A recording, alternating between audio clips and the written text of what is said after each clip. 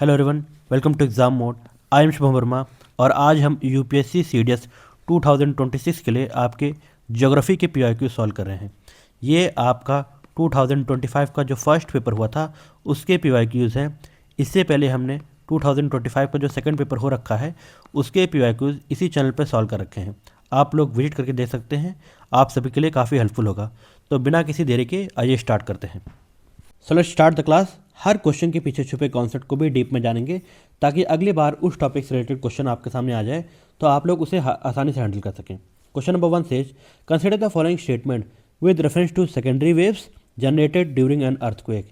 They create trough and crest in the material through which they pass. Second statement says the direction of the vibration of S waves is perpendicular to the waves direction in the vertical plane. पहले इसके पीछे concept समझते हैं, उसके बाद question पे वापस आएंगे। ये है आपका प्राइमरी वेव और ये है आपकी सेकेंडरी वेव। प्राइमरी वेव होती है आपकी लॉन्गिट्यूडनल वेव, ठीक है। कौन सी वेव होती है? प्राइमरी वेव आपकी लॉन्गिट्यूडनल वेव होती है। इसमें क्या होता है कि आपका जो मोशन होता है वो वेव की डायरेक्शन में होता है, ठीक है। जिस डायरेक्शन में आपकी वेव जा रही है उसी डायरेक्शन में आपकी मोशन होती है, तो इसे कहलाती है आपकी लॉन्गिट्यूडनल वेव। और सेकेंडरी वेव होती है आपकी ट्रांसवर्स वेव। इसमें क्या होता है, इसमें आपका परपेंडिकुलर मूवमेंट होता है।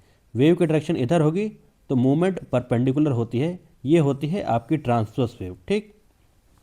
अब समझिए प्राइमरी वेव के बारे में कुछ डिटेल में देखते हैं थोड़ा। ये प्राइमरी वेव है, ये सेकेंडरी वेव। प्राइमरी वेव और सेकेंडरी वेव दोनों आपकी कहलाती हैं बॉडी वेव, ये याद में रखना है, ठीक है। ये दोनों आपकी बॉडी वेव्स कहलाती हैं, ठीक। प्राइमरी वेव क्या होता है? प्राइमरी वेव, इसका नाम प्राइमरी इसलिए पड़ा क्योंकि ये सरफेस पे अगर इसे छोड़ा जाए तो सरफेस पे सबसे पहले वापस आती है, ठीक है। प्राइमरी वेव सरफेस पे सबसे पहले इमर्ज होती है, इसीलिए इसका नाम प्राइमरी वेव पड़ा। और सेकेंडरी वेव बाद में आती है, इसीलिए इसका नाम सेकेंडरी वेव पड़ा, ठीक। प्राइमरी वेव होती है आपकी लॉन्गिट्यूडनल वेव। कौन सी? लॉन्गिट्यूडनल वेव होती है, ये दिमाग में रखना है, ठीक है। और सेकेंडरी वेव कौन सी होती है? ये होती है आपकी ट्रांसवर्स वेव, ठीक है। लॉन्गिट्यूडनल का मतलब होता है to and fro motion, to and fro motion इसमें होता है। और इसे पुश एंड पुल वेव भी कहा जाता है। क्या कहा जाता है? पुश एंड पुल वेव भी इसे कहा जाता है, दिमाग में रखना है, क्वेश्चन आपसे पूछ सकते हैं।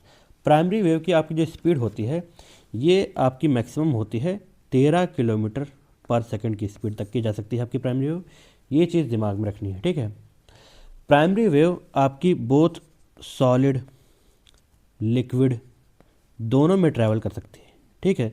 सॉलिड और लिक्विड दोनों में ट्रैवल कर सकती है, ये कॉन्सेप्ट जानना बहुत ज़रूरी है। अभी आपको यहाँ जब अर्थक्वेक का कॉन्सेप्ट समझाऊंगा तो आपको पता चलेगा। और सेकेंडरी वेव क्या होती है? सेकेंडरी वेव मैंने आपको बताया ट्रांसवर्स वेव होती है और इसकी स्पीड आपकी 4 से 7 किलोमीटर तक की हो सकती है पर सेकंड तक की, ठीक है।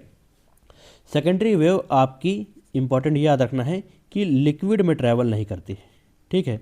लिक्विड में ये ट्रैवल नहीं कर सकती, ये दिमाग में रखना है। सेकेंडरी वेव आपके लिक्विड में ट्रैवल नहीं करती है। अब देखिए थोड़ा अर्थ का डायग्राम देखिए, ठीक है। आपकी जो प्राइमरी वेव होती है, अब कैसे हमको पता चलता है कि हमारा जो कोर होता है, कोर के जो आसपास का इर्द गिर्द का जो एरिया होता है वो लिक्विड होता है, कैसे पता चला है, ठीक है। प्राइमरी वेव आपकी सॉलिड और लिक्विड दोनों में ट्रैवल करती है।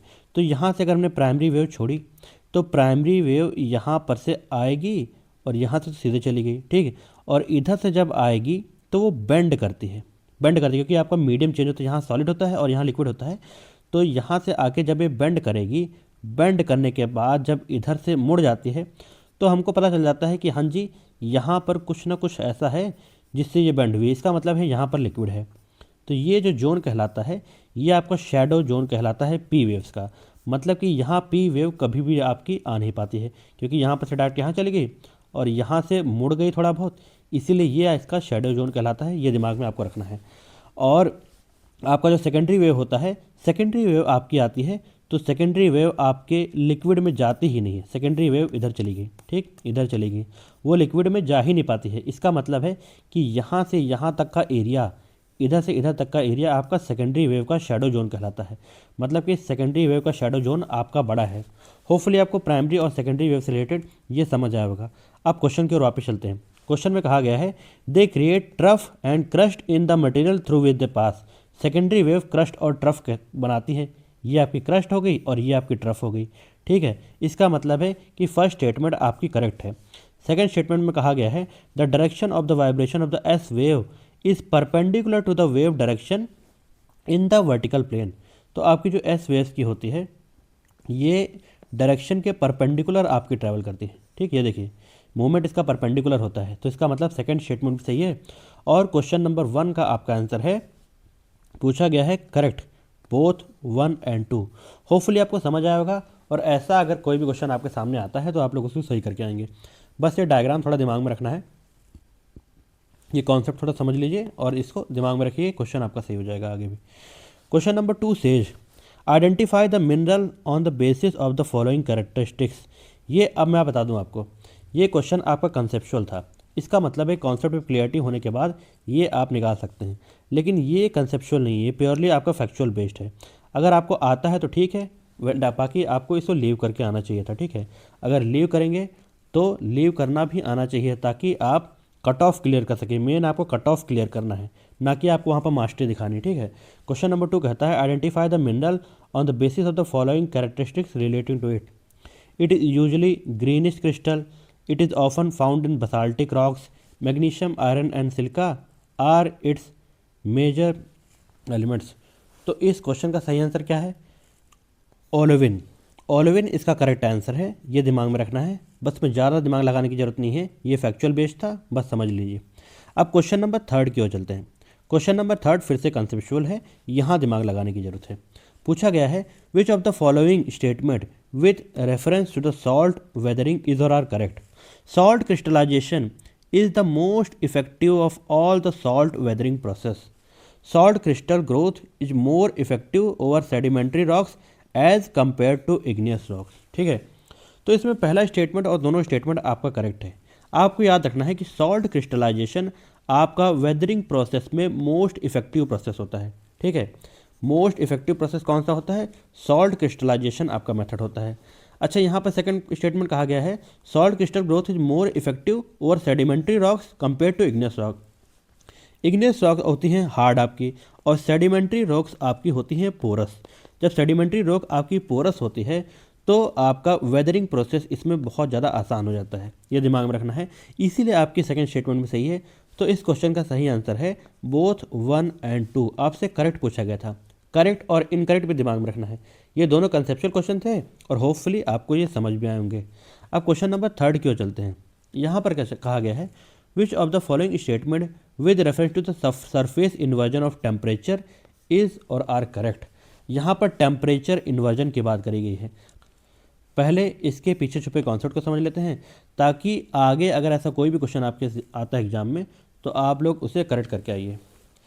ये है आपका टेम्परेचर इन्वर्जन। ठीक है, टेम्परेचर इन्वर्जन में होता क्या है फ्रेंड्स कि ये डे का वक्त है, अगर दिन का वक्त है तो जब आपकी मान के लीजिए ये वैली है, ठीक है, ये आपकी वैली है और ये माउंटेन है।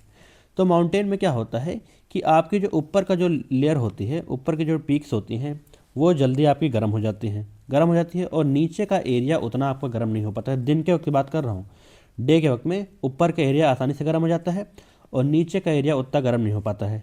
तो क्या होता है, गर्म हवा आपकी यहाँ से ऊपर उठती है और घूम के नीचे आती है। जब घूम के नीचे आती है तो वैली ठंडी हो जाती है। ठीक है, तो वैली आपकी क्या हो जाती है, ठंडी हो जाती है, ये दिमाग में रखना है। इसका मतलब है ये तो नॉर्मल प्रोसेस है आपका। अब इन्वर्जन कैसे होता है?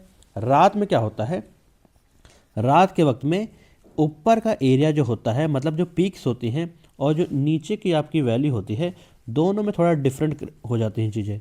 ऊपर की जो आपकी पीक्स होती हैं ये आसानी से हीट रिलीज कर देती हैं, हीट आसानी से रिलीज कर देती हैं।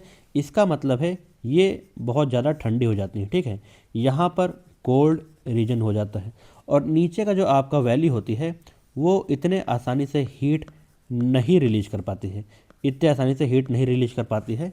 ठीक है, तो क्या होता है, नीचे का एरिया आपका अभी भी गर्म होता है। जब नीचे का एरिया आपका गर्म होता है तो क्या होता है, आपकी वार्म एयर क्या होती है, राइज होती है हमेशा, ये दिमाग में रखना है, और कोल्ड एयर सबसाइड करती है, कोल्ड एयर सबसाइड करती है। तो यहाँ पर जब वार्म एयर नीचे वैली से ऊपर जाती है, ठीक है, ऊपर यहाँ पर से वैली से आपकी वार्म एयर निकलना चालू हो जाती है और घूम के वो वार्मर एयर आपकी माउंटेन पीक्स पे आती है। तो यहाँ पर टेम्परेचर का इन्वर्जन हो रहा है ना, यहाँ पर दिन के वक्त में क्या होता है कि कूल एयर आपकी नीचे आती है, लेकिन रात के वक्त में क्या होता है कि वार्म एयर आपकी ऊपर जाती है। इसे ही कहते हैं टेम्परेचर का इन्वर्जन। और इसी से रिलेटेड आप में क्वेश्चन भी पूछा गया था एग्जाम में। क्वेश्चन कहता है it causes instability in the lower layers of the atmosphere. Instability नहीं क्रिएट करता है, ये आपकी स्टेबिलिटी क्रिएट करता है। ठीक है, हमेशा याद रखना है कि जब आपकी वार्म एयर क्या होती है, वार्म एयर जब ऊपर उठती है, ठीक है, तब आपकी क्या होती है, इनस्टेबिलिटी आती है। ठीक है, लेकिन जब कोल्ड एयर साथ ही साथ नीचे आ रही है, कोल्ड एयर जब नीचे आएगी तो आपकी स्टेबिलिटी क्रिएट करती है। ठीक है, स्टेबिलिटी आपकी कोल्ड एयर आपकी स्टेबिलिटी क्रिएट करती है कि वो नीचे आ रही है, सबसाइड करी है, इसका मतलब वहाँ पर स्टेबिलिटी आ जाती है। ठीक है, यहाँ पर अनस्टेबिलिटी लिख रखा है इसीलिए गलत है। और सेकंड स्टेटमेंट कहा गया है the inversion commonly last for a few hours until the sun comes up. दिन का वक्त आते ही फिर से नॉर्मल प्रोसेस हो जाता है। इसका मतलब सेकंड स्टेटमेंट आपकी सही है, फर्स्ट स्टेटमेंट आपकी गलत है। तो इस क्वेश्चन का सही आंसर है, आपसे करेक्ट पूछा गया है, टू ओनली। ठीक है, होपफुली आपके इसके पीछे रिलेटेड कॉन्सेप्ट भी आपको समझ आएगा, और ऐसा अगर क्वेश्चन आपके एग्जाम में आता है तो आप लोग उसे सही करके आएंगे। क्वेश्चन नंबर 5 कहता है क्लाउड्स के बारे में। डिफरेंट टाइप्स ऑफ यहाँ पर इंफॉर्मेशन दे रखी है और पूछा गया है कि ये कौन से क्लाउड से रिलेटेड है। They look like cotton wool, they exist in patches and have flat base, they are generally formed at a height of 4 to 7 kilometre. अब ऊपर गिवन इन्फॉर्मेशन जैसे तीनों के बारे में दे रखा है, तो ये मोस्ट रिपीटेड टॉपिक्स है। यहाँ से आपके CDS या फिर NDA एग्जामिनेशन में हमेशा साल दर साल क्वेश्चन आते रहे। ठीक है, तो बिल्कुल आपको इसको बिल्कुल ध्यान से पढ़ना है। यहाँ से क्वेश्चन आते हैं तो डिफरेंट टाइप ऑफ क्लाउड्स के बारे में आपको पता होना चाहिए। इस इन्फॉर्मेशन के हिसाब से इस क्वेश्चन का सही आंसर है आपका क्यूमुलस। क्या है? क्यूमुलस। अब डिफरेंट टाइप्स से जो आपके क्लाउड्स हैं उनको एक बार देख लेते हैं, ताकि आपके एग्जाम में अगर क्वेश्चन आता है तो आप लोग उससे गलत ना करके आएँ। ठीक, आपका एक होता है सिरस क्लाउड। ठीक है, सिरस क्लाउड आपका फेदरी एंड विस्पी अपीयरेंस का होता है, ये आपका सिरस क्लाउड है। ठीक है, ये फेदरी एंड विस्पी अपीयरेंस का होता है, composed of ice crystals forms in the colder upper troposphere. इसका मतलब जो सिरस क्लाउड की आपकी हाइट होती है ये आपकी ज़्यादा होती है, दिमाग में रखना है। ठीक है, और सेकंड आपका गिवन है सिरो क्यूमुलस क्लाउड। सिरो क्यूमुलस क्लाउड ये होते हैं। ठीक, अब इसकी इन्फॉर्मेशन थोड़ा यहाँ पर देखिए, स्मॉल वाइट एंड फफी पैचेस, देखिए ये है ना, स्मॉल पैचेस फॉर्म में होता है, ये आपका सिरो क्यूमुलस क्लाउड होते हैं। Wavy and honey com like pattern, Honey com का जैसे आपका होता है मधुमक्खी का छत्ता, उस तरीके का पैटर्न होता है, और इसकी भी हाइट आपकी ज़्यादा होती है, ये दिमाग में रखना है। और थर्ड आपका हाइट का क्लाउड जो हाई वाला क्लाउड है ये आपका है सिरो स्टेटस क्लाउड, ये आपका सिरो स्टेटस क्लाउड होता है। Thin veil covering the sky produce halos around the sun and the moon. ठीक है, ये हेलो का क्रिएशन करता है, ये एग्जाम में कई बार पूछा जाता है कौन सा करता है, तो वो आपका सिरो स्टेटस क्लाउड करता है, और ये बिल्कुल स्ट्रेट लाइन की जैसे होता है, ये दिमाग में रखना है। तो इसे आपको सिरो स्टेटस कहलाता है, ये हाइट पे होता है। अब मिडिल क्लाउड्स कौन कौन से होते हैं ये आपको दिमाग में रखना है। मिडिल क्लाउड में आपका ऑल्टो क्यूमुलस होता है और ऑल्टो स्टेटस क्लाउड होते हैं। Alto cumulus, Alto status.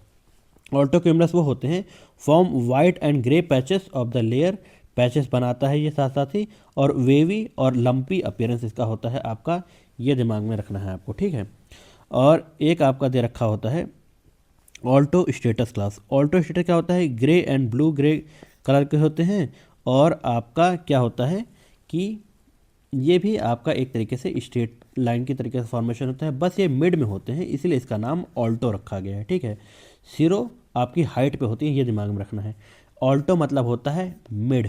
ठीक है, मिड में है इसीलिए इसको ऑल्टो नाम दिया गया है। यहाँ से आप डिफ्रेंशिएट कर सकते हैं कि कौन सा मिडिल में है और कौन सा आपका हाइट में है। हाइट में होगा तो उसका नाम होगा सिरो, सिरो लगा होगा उसके पीछे। ठीक, अब लो क्लाउड्स आपके होते हैं क्यूमुलस क्लाउड, स्टेटस क्लाउड, और आपका निम्बो स्टेटस क्लाउड और स्टेटो क्यूमुलस क्लाउड। ठीक है, ये आपके होते हैं। ये स्टेटस क्लाउड है आपका, और स्टेटो क्यूमुलस ये है, और क्यूमुलस ये है, और निम्बो स्टेटस आपका ये है। ठीक है, ये आपके नीचे होते हैं, ये इनके बारे में इंफॉर्मेशन दे रखी है।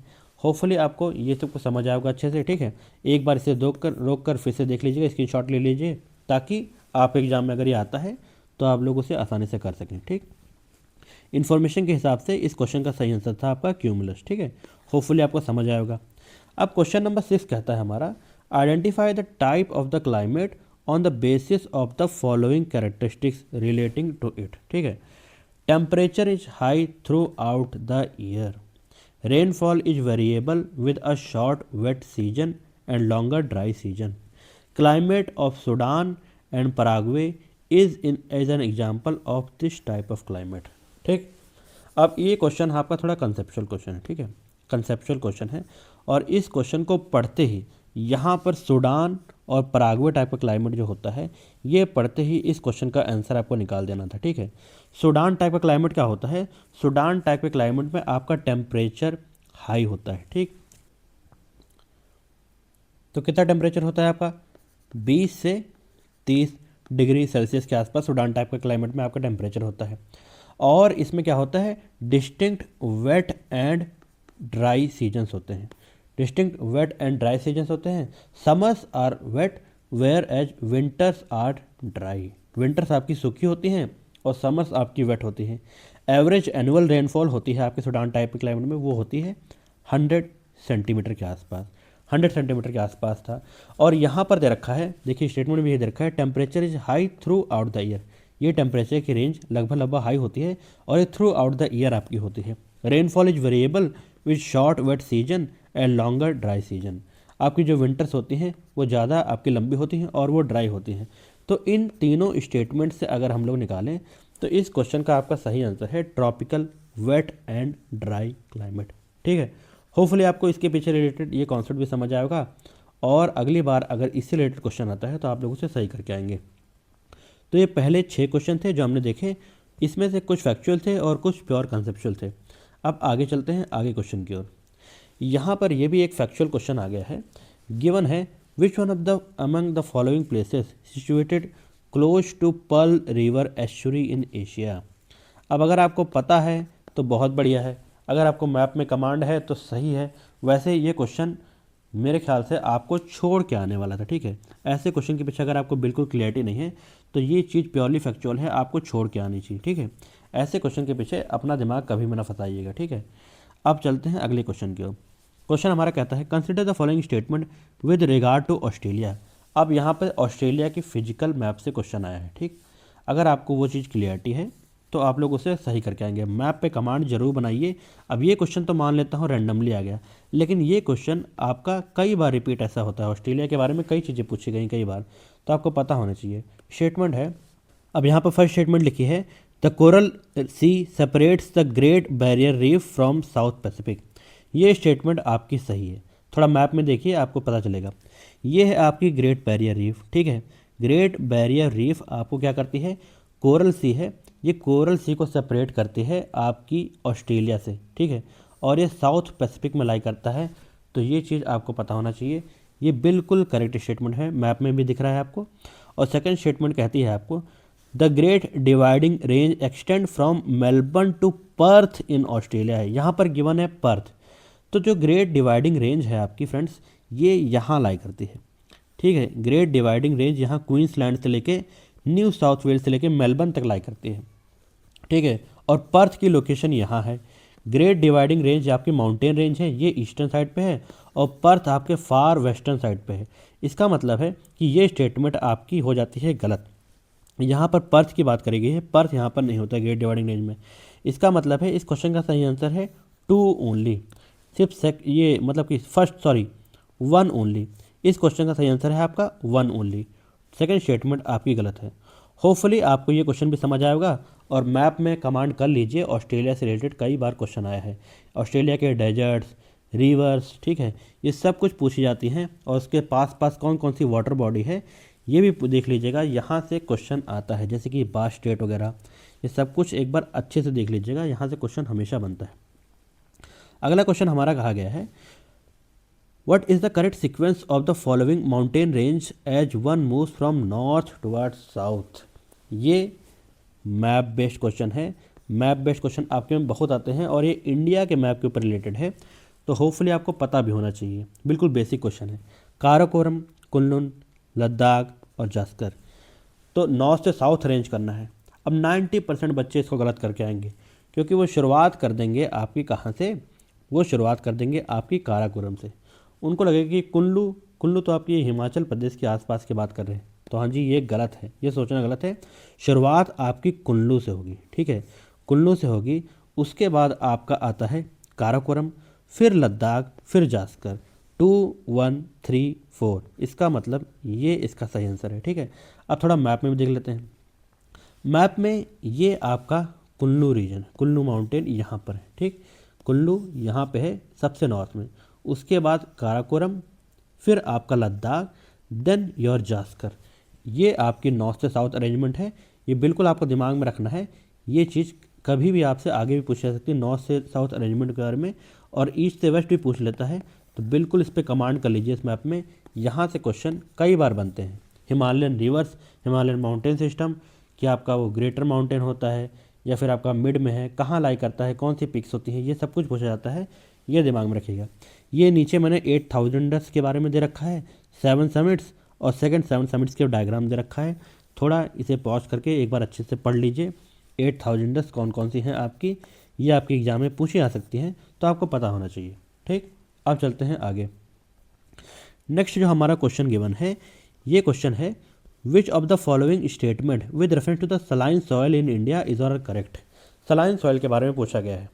अब सॉयल्स के बारे में स्पेसिफिक मैंने एक वीडियो इस चैनल पे बना रखी है, डिफरेंट टाइप ऑफ सॉयल्स के बारे में, आप उसे देखेंगे जाकर तो आपको अच्छे से क्लियरिटी हो जाएगी। अब इस क्वेश्चन की ओर चलते हैं।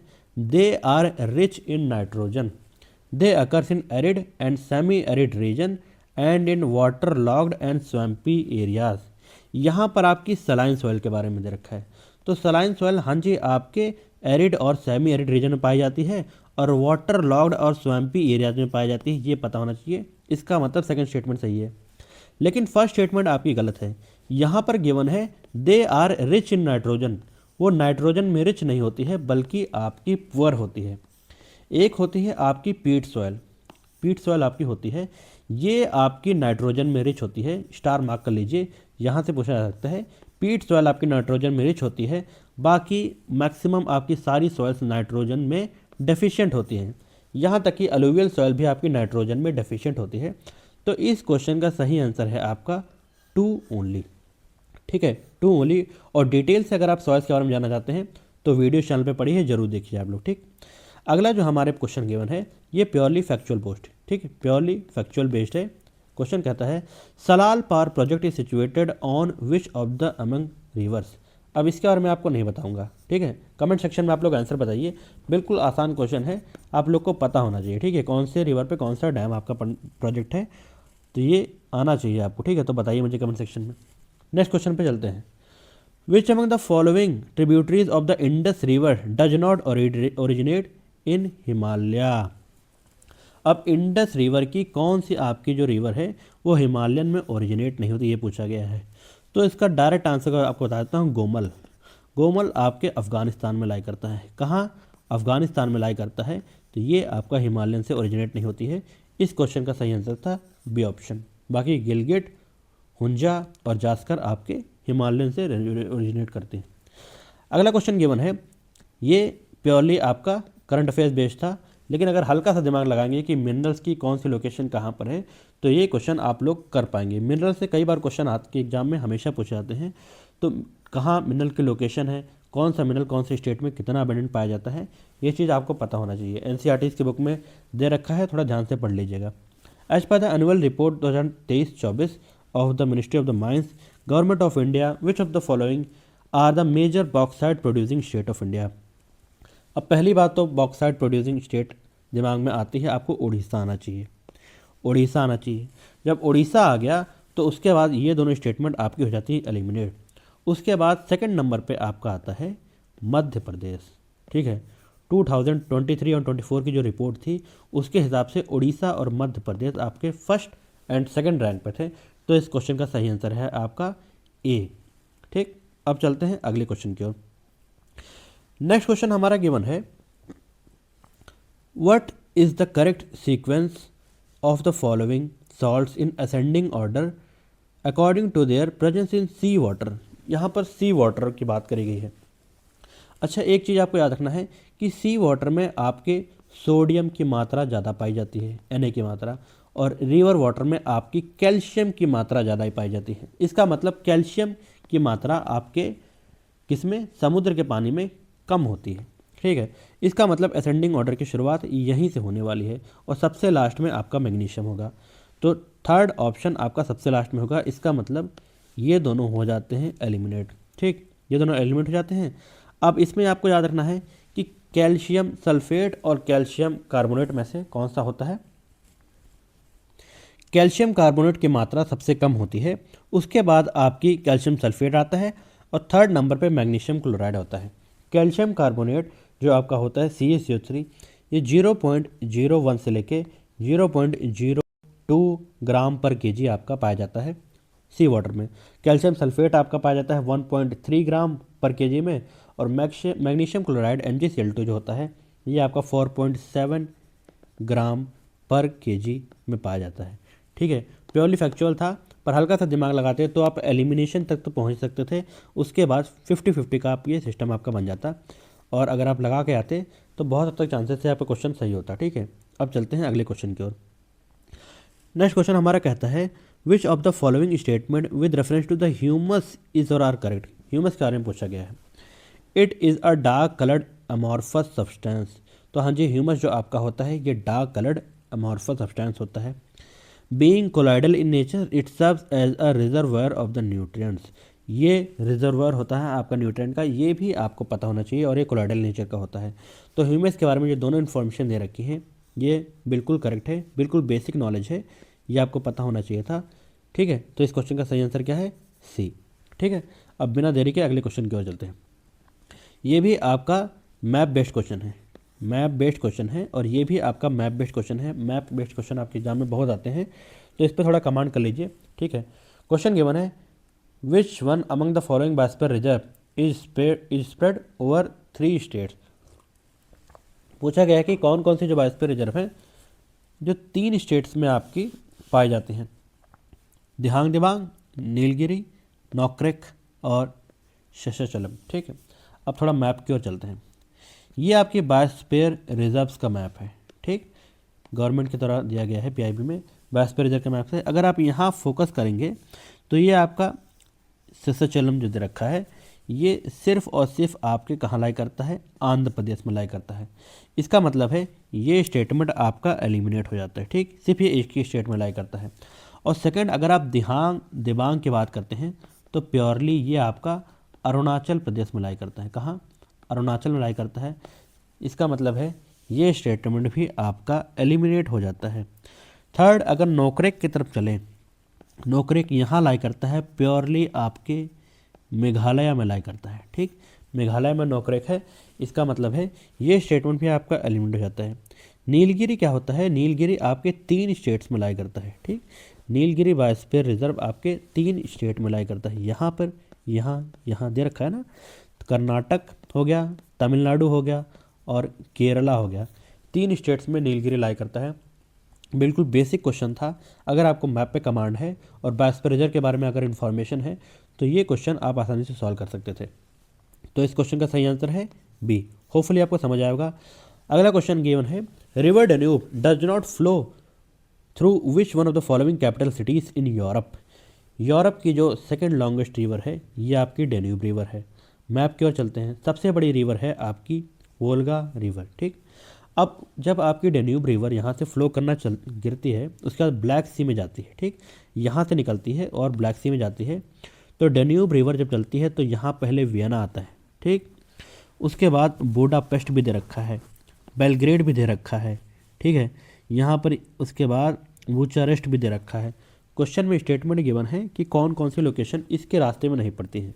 बेलग्रेड हमने देखा पड़ती है, बुडापेस्ट भी पड़ती है, वियना भी पड़ती है। आपका जो प्राग दे रखा है, प्राग जो आपका दे रखा है ये इसके रास्ते में लाई नहीं करता है। ये मैप में गिवन है, यहाँ पर इसकी लोकेशन कहीं नहीं गिवन है। इसका मतलब है इस क्वेश्चन का सही आंसर है आपका सी ऑप्शन, ये यहाँ पर लाई नहीं करता है। ये आपकी यूरोप की सेकेंड लॉन्गेस्ट रिवर है। तो कौन कौन से आपकी कंट्री से ये निकलती है ये आपको पता होना चाहिए। ठीक है, कहाँ गिरती है, कहाँ इसका ओरिजिन पॉइंट है, कितनी इसकी लेंथ है, सबसे लंबी रिवर कौन सी है, इन सब के बारे में इंफॉर्मेशन बिल्कुल पता होना चाहिए। इसके आसपास कौन कौन से माउंटेन्स हैं, कौन कौन से पीक्स हैं, इसकी ट्रिब्यूटरीज कौन कौन सी है, यहाँ से भी क्वेश्चन कई बार पूछा गया है, तो ये चीज़ आपको पता होना चाहिए। ठीक, तो ये थोड़ा ध्यान से देख लीजिएगा। ये तो बहुत सिंपल क्वेश्चन था, ज़्यादा कोई हार्ड नहीं था, बस बेसिक इन्फॉर्मेशन लगानी थी आपको। अगला क्वेश्चन हमारा जो कहता है, which of the following statement with reference to the Easter Island a UNESCO world heritage site is or are correct. ये यूनेस्को वर्ल्ड हेरिटेज साइट उस समय न्यूज़ में रही होगी, इसीलिए यूपीएससी ने इससे क्वेश्चन पूछा था। अब यहाँ पर आपको दिमाग लगाने की ज़रूरत नहीं है, ऐसा क्वेश्चन अगली बार रिपीट होगा तो वो करंट अफेयर्स बेस से ही आएगा। ठीक है, ऐसे रैंडमली कभी भी आपसे नहीं उठाएगा, उठाएगा भी तो वो इंडिया की यूनेस्को वर्ल्ड हेरिटेज साइट से उठाएगा। ठीक है, अगर वर्ल्ड लेवल पर उठा रहा है तो इसका मतलब वो न्यूज़ में रहा होगा, तो इस क्वेश्चन को हम लोग स्किप करेंगे। ठीक, आगे चलते हैं। Which one among the following is home to the endangered mountain gorilla in Africa. अब ये बिल्कुल रैंडम क्वेश्चन है, बिल्कुल रैंडम क्वेश्चन है। अगर आपको पता है तो अच्छी बात है, नहीं तो ये आपको स्किप करके आना चाहिए था। आपको कट ऑफ क्लियर करनी है। अगर आप गेम खेलेंगे इसमें तो बहुत हद तक चांसेस है कि आपका क्वेश्चन गलत हो जाए। अगर 100% श्योर है तभी ऐसे क्वेश्चन आपको अटेम्प्ट करके आना है। ठीक है, तो इस क्वेश्चन को भी हम लोग स्किप करेंगे। अगर आपको आता है तो इस क्वेश्चन का आंसर आप लोग कमेंट सेक्शन में बताइए। ठीक, मैं यहाँ पर ज़्यादा आपको आंसर नहीं बताऊँगा इसलिए क्योंकि ये रैंडम क्वेश्चन है। ठीक, नेक्स्ट क्वेश्चन के चलते हैं। Which of the following statement with reference to the Jordan is are correct. अब जॉर्डन के बारे में गिवन है, जॉर्डन और उसके आसपास का रीजन हमेशा आपके न्यूज़ में रहता है। ठीक, हमेशा आपका इजराइल, जॉर्डन, ये हमेशा न्यूज़ में रहता है, तो यहाँ से क्वेश्चन बहुत हद तक बन सकता है। ये है आपका इजराइल, इजराइल का रीजन ये है, ये मेडिटेरेनियन सी इसके लाई करता है, ये दिमाग में आपको रखना है। ये है आपका gulf of Aqaba, gulf of Aqaba यहाँ पे है। तो पूछा गया है कि आपकी क्या जॉर्डन जो है वो एक लैंड लॉक्ड कंट्री है, तो आपको दिमाग में रखना है कि जॉर्डन आपका लैंड लॉक्ड कंट्री नहीं है, ये आपका इंडियन ओशन से कनेक्टेड है via gulf of Aqaba. Gulf of Aqaba बिल्कुल स्मॉल ओपनिंग है, तो ये आपको दिमाग में रखना है कि ये लैंड लॉक कंट्री नहीं। यहाँ पर पूछा गया है the country of the Jordan was created through the British mandate after world war 1। बिल्कुल सही बात है, ये सही है, लेकिन स्टेटमेंट सेकंड गई है it is a land lock country, तो ये आपका लैंड लॉक कंट्री नहीं है। सेकंड स्टेटमेंट आपकी गलत है। यहाँ पर गल्फ़ ऑफ अकाबा से ओपनिंग होते हुए कहाँ पर आपकी इंडियन ओशन में रास्ता निकलता है। ठीक है, ये चीज़ दिमाग में रखनी है, ये लैंड लॉक कंट्री नहीं है। तो इस क्वेश्चन का सही आंसर क्या है? इस क्वेश्चन का सही आंसर है आपका 1 ओनली।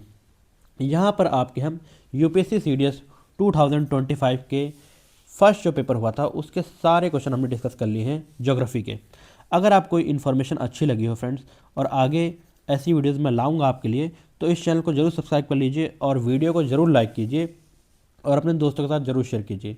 हम इसी तरीके से आपकी 2024 और 2023 का पेपर भी सॉल्व करेंगे ताकि कॉन्सेप्ट पे आपकी अच्छे से क्लियरिटी हो जाए और PYQ पे आपकी अच्छे से कमांड हो जाए। तो stay tuned for the next video. मिलते हैं नेक्स्ट वीडियो में। जय हिंद, जय भारत।